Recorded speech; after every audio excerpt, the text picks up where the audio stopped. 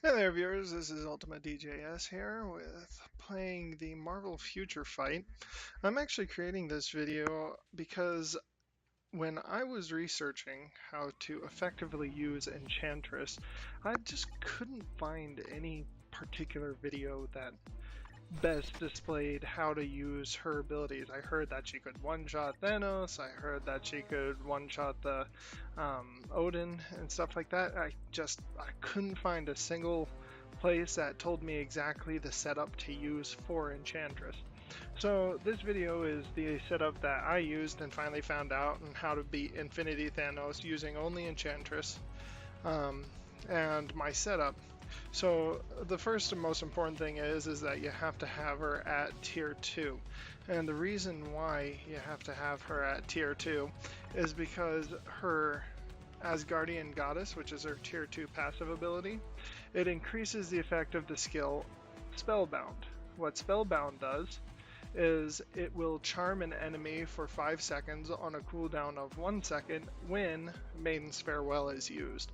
Maiden's Farewell has normally a 10-second cooldown, but if you get her to max cooldown, then she winds up having a 5-second cooldown on this. So you can charm somebody. Basically, it's an unavoidable basically move block, like a stun or bind or whatever it is, but there's no custom gear that I'm aware of, and there's no immunity for anyone that I'm aware of that can avoid the charm effect.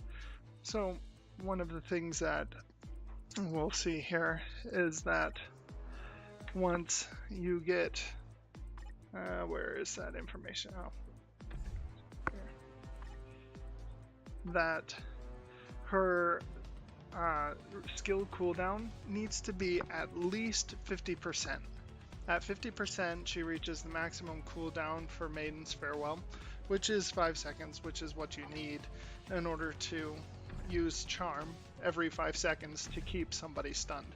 So if you don't have a tier 2 Enchantress, this isn't really going to help you out very much. But one of the things that I do, so you'll notice that mine was only at a 37% cooldown, and the important thing is having that 50% cooldown, otherwise she winds up becoming vulnerable for roughly 2 seconds. You don't want that. So one of the best ways to do this is to get either Mysterio or a Iron Man leadership ability, because they'll reduce skill cooldowns by 24%.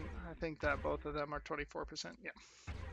So what you want to do is you definitely want to get that, and then as well, I usually go with Loki just because he does have that 8-hit shield, and his clones do quite a bit of damage, and with the skill cooldown being 24% less, then his shield stays up for the duration of the cooldown time, and his clones as well stay up for the duration of the cooldown.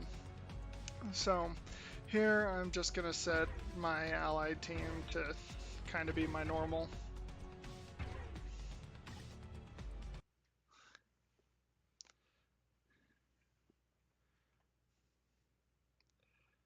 Now, Infinity Thanos is one of the harder ones in the game. He's not really the hardest by any means. But when you're kind of a new player and you're trying to decide on good characters to level up in order to use the full range of features, I would say that Enchantress is a good one if you want to be able to finish boss battles or world boss. So you see there, he's now charmed for 5 seconds on a 5-second cooldown. Sometimes it doesn't hit, but it is 100% chance to charm on tier 2, but on any other tier it's only a 70%. So she winds up, she is not a very strong character without tier 2.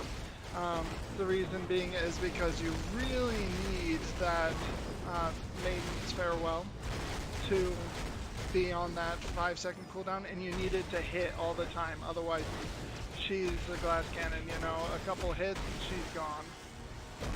So you'll want to spam that really hard. Just spam it as good as you can. If you see her start to take damage, then you'll want to switch out for another character who can kind of absorb a little bit until you get to a good enough location or a good enough distance that you can once again trigger your Maiden's Farewell. One of the good things is that her other ability will activate an 8-hit shield, but that particular shield doesn't protect against all sorts of damage. It's kind of actually a weak shield. So stuff like this, I switch to a character that is not as important.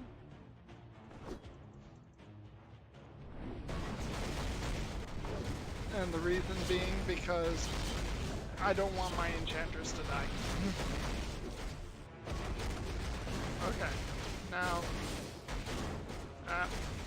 see, I lost it there.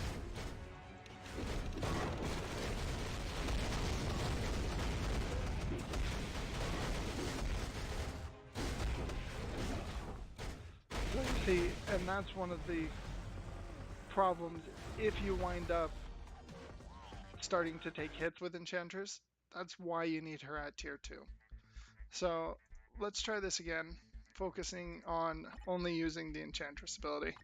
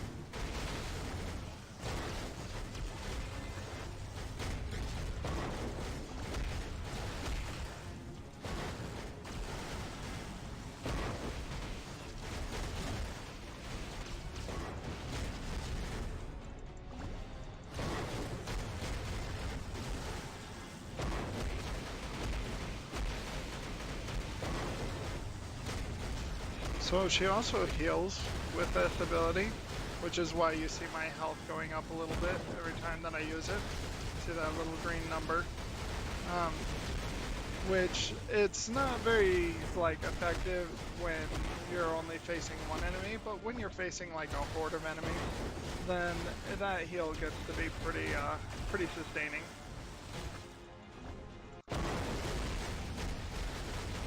You see how fast he's going down? Like, he can't dodge any of the attacks because Charm stops everything. He can't attack, he can't defend, he just basically sits there and takes it.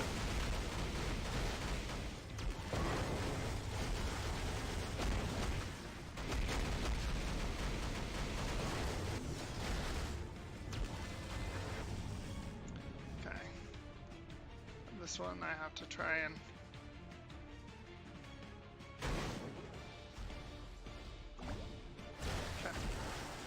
So from there, he shouldn't be too much farther along.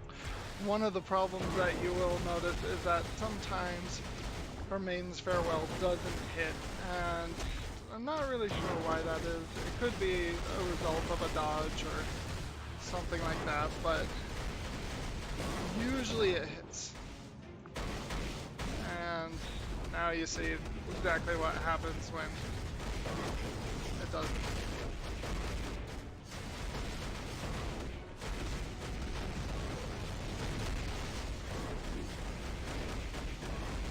Zero, in my opinion, is one of the far underrated characters that is in this game. Mostly because like, all of his attacks are untargetable. And it makes him really kind of annoying. So, anyway.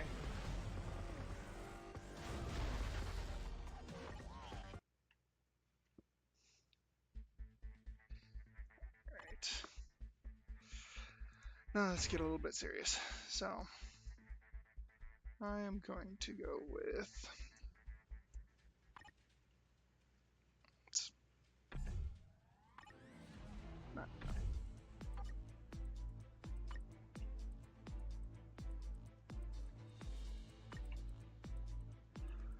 What I want...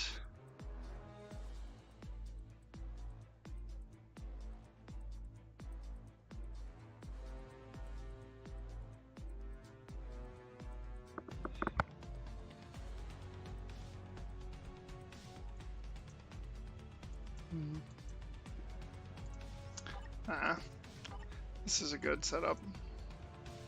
I can also use her because she's a really good one to use.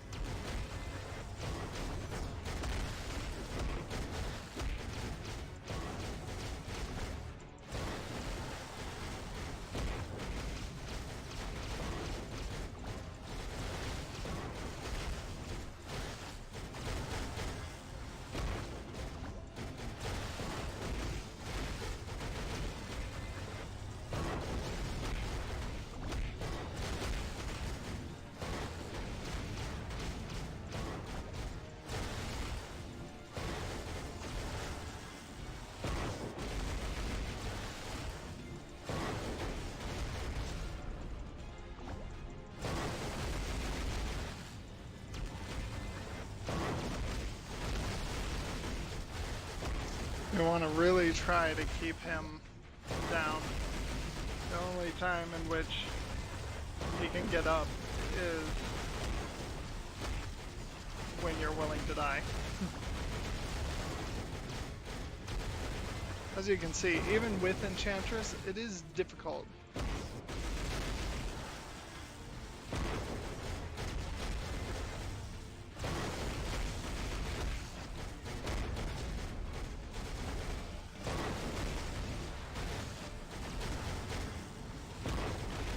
You do have to have a really good, solid strategy to actually use it, like to use Enchantress effectively. If you don't, then she really is a glass cannon. She does not have the ability to take a hit very well.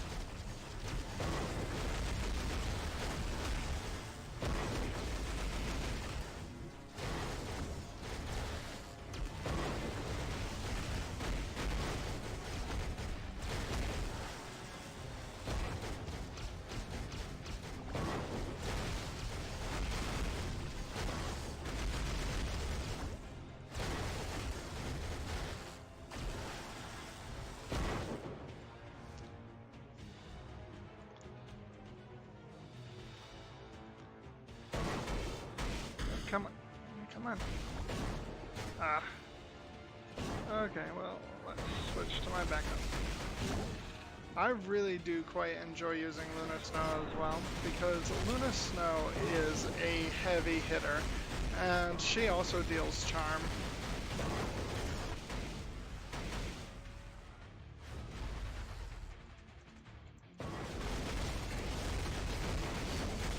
She can deal attacks, she can take attacks, she has a nice invincibility move that blocks almost all damage.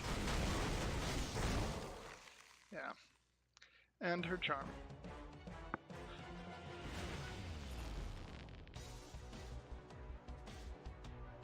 So anyway, so I hope that this gives everyone kind of an idea on how best to use Enchantress. That was really kind of the point, is not so much that she can beat whoever it is, because like I said, her health is really low no matter what. Like, yeah, her health is very low, and her defense is not very good. So once she starts taking hits, then she goes down fast.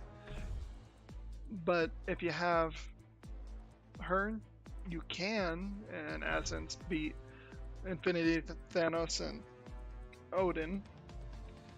It's just going to take a little bit of practice and time. So anyway, so one of the things that I recognized when I was making the other film was the fact that I didn't actually go into a lot of good detail about how I had Enchantress set up. So I did show you kind of her skills and stuff like that, but I didn't show you exactly what I have attached to her. It is, once again, very difficult to use Enchantress, and the reason is because she doesn't hit very hard and she doesn't hit very fast. Her only real, I guess, claim to fame is the fact that she can charm the opponent. And now, of course, with Luna Snow having that charm ability and the ability to be invincible for several seconds while the charm wears off, it makes Luna Snow the far more valuable unit inside your roster. So, but just to show you a little bit of what I have on her. So I have, as you can see, not very good ISOs attached to her. I have the Hawk's Eye bonus effect active, which increases her damage and her cooldown. There is also, for 20 seconds she gets a 20% increase in her attack, and that just helps her hit a little bit better. It's not so much that it actually makes her a game changer, because in my opinion Enchantress is by no means a game changer. I have an extreme obelisk attached to her. This one will help increase her energy attack and her immunities. So the Fear and Snare, which are two of the ones because I use her for a lot of the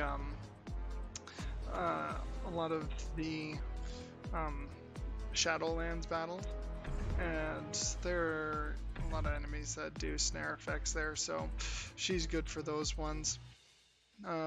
Anyway, if you're wondering about my Luna Snow, she's the one that I kind of have paid a bit more attention to. As you can see, I have some Urus attached to her, and they don't do very much right now, but I'm working on upgrading them.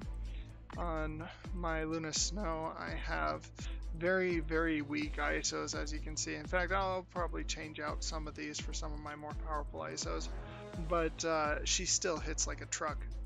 Her obelisk, I have the immunity to the stun effect and the increase of damage for one attack for 5 seconds on a 7-second cooldown. This is because her second skill here, the Dark and Light, deals some insane damage. Like, I can't even describe it. I have beaten Wolverine in a pretty powerful Wolverines in the timeline battles with Luna Snow and my arena team. So I'll probably go over that in another video, but for now, just wanted to make sure that people knew exactly like how you can get Enchantress to where everyone is saying, oh yeah, she can one-shot these people, because she can. It's just not easy. This has been UltimaDJS, and I hope you enjoyed the video. If you did, go ahead and like and subscribe. If not, then you can go ahead and push that down, I guess that thumbs down. So But don't hesitate to leave comments in the comment section below about what I can do better. I am just an up-and-coming YouTuber. I'm not very good yet, but I'll get there one day. So, and I'll see you next time on Ultima Plays.